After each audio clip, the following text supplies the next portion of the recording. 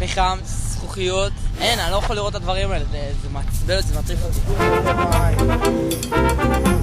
מאות צעירים מכל הארץ פשטו על חופי הרחצה מנהריה ועד אשקלון, נחושים לנקות את רצועת החוף של ישראל עם פתיחתה של עונת הרחצה. כל השטח הזה, מכאן, מהדגל, קדימה ועל החניון.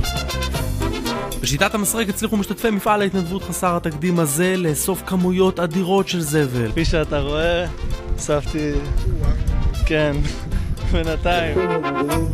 הם באו בשביל כרטיס לריאנה במסגרת מיזם רוקורפס של אורנג', אבל מהר מאוד הבינו שמדובר בהרבה יותר. לתרום לקהילה זה הדבר העיקרי, לא...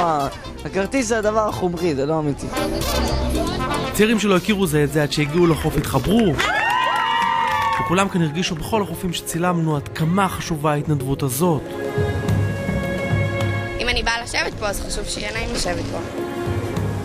ככל שיותר אנשים יפנימו שהחוף של כולנו, שוואלה, הזוהמה הזאת בסוף הורסת לנו, אולי אנשים יתחילו יותר להשקיע. בוא נשאר אופטימי.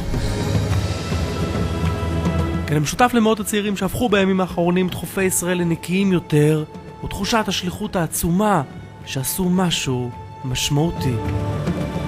הרגשתי שתרמתי הרבה מעצמי, ואני חושבת שצריך לעשות את זה יותר.